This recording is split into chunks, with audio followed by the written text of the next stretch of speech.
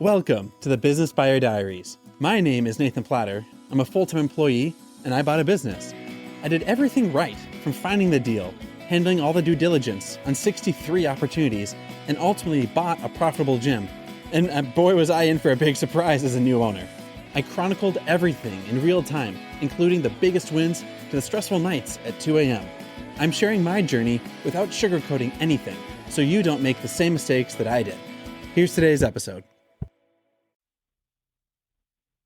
All right, so this episode is me a little bit about mindset and recurring thoughts and battling mental issues. So if you want like just straight business, tactical, business progression stuff, go ahead and skip. It's going to be about something I'm noticing, and I probably said this before.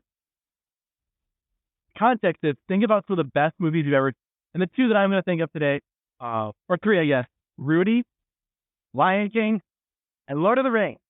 Completely different films, but Rudy, Lion King, Lord of the Rings.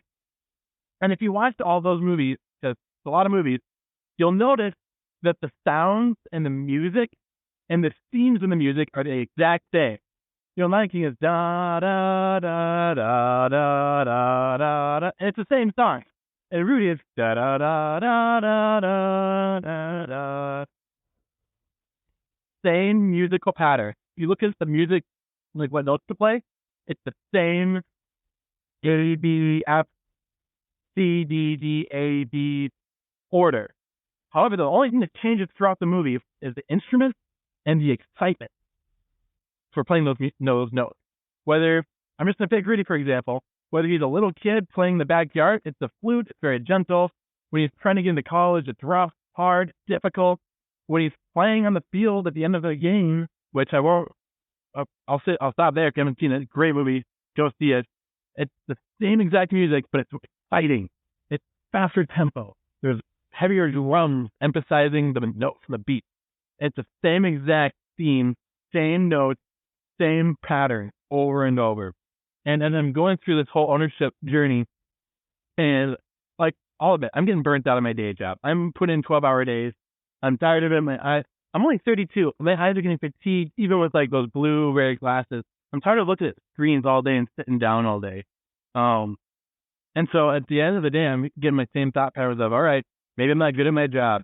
Maybe my peers are better than me. Maybe I'm at risk of getting laid off. Maybe I'll be unemployed.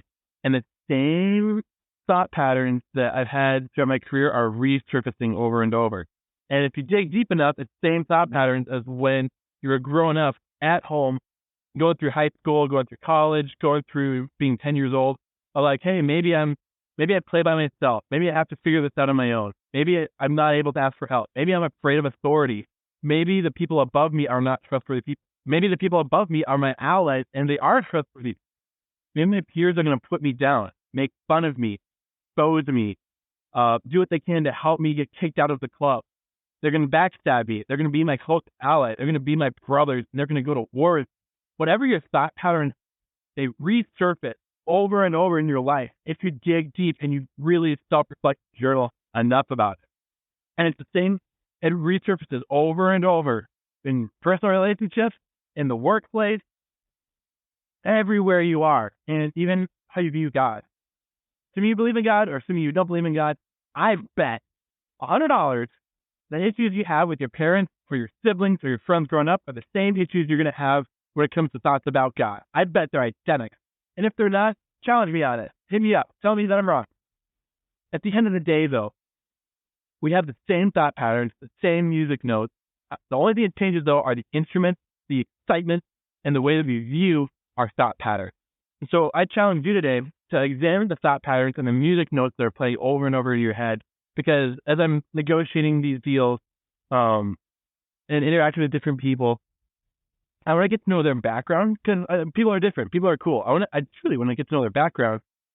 Along the way, and with that, it'll expose how they view things. If they grew up in the Twin Cities, they had a tight-knit family, their parents are entrepreneurs, they were very plugged into their community, they're engaged, they have great friendships, they're probably going to be an amicable transition from the gym from one person to the next.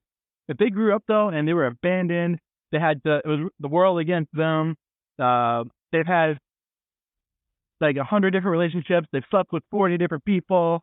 Can't trust nobody. Life is tough. You gotta be tougher. You gotta know what you're gonna be up against in those negotiations. Because if it was them against the world, they're probably gonna view the exact same way still in a business. But if it was like, if they knew how to build great friendships, they've kept in touch with people in the long term, they know how to be a one-person spouse their whole life. My blanket statement is that that's going to carry over to how they interact with you, either as an employer-employee relationship, as a business partner, as a lender, as someone that you want to bring on board as a partner for like marketing purposes. It's going to carry over unless they've done a lot of deep work in themselves and they've done a lot of, we'll just say therapy, right? It's going to carry over and translate into how they view the world, how they view you. Fair or not, people bring bias of their lifetime into the relationship they have with you. And you got to be aware of that. So getting to know people, their origin story, how they've grown the business, how they've developed their career, how they've developed a personal life, kind of gives a flavor of how you're going to be brought into their world. And you got to be cognizant of it. So at the end of the day, know yourself and the music notes and the patterns you see in your own life, and know when it's an emphasis moment on exciting trumpet, loud drum beats, or a very like mid flute, or a very violin sad note, because it's going to be a repeat over and over. And we as humans are terrible at picking new scores of music in our life, the new themes, the new trajectories, but we change up the music instruments and the excitement over and over. So that's my challenge today. Notice the themes, notice the patterns, and sometimes they're going to be very inconsistent. For me, I've only ever been with one woman. I've only ever been with one human being, because I'm just going to stop there. I don't have to explain myself. I've only ever been with one person. I've only ever been married to one person, only ever dated one person. And in my career, I've had like 15, 18 jobs. So yeah, there's going to be some irregularities, but if you dig deep enough, you'll probably find a pattern as to why and how those two things can resonate in my life and in probably your life too. So it's not a one size fits all. It's not one thing means everything, but there's going to be a lot of commonality.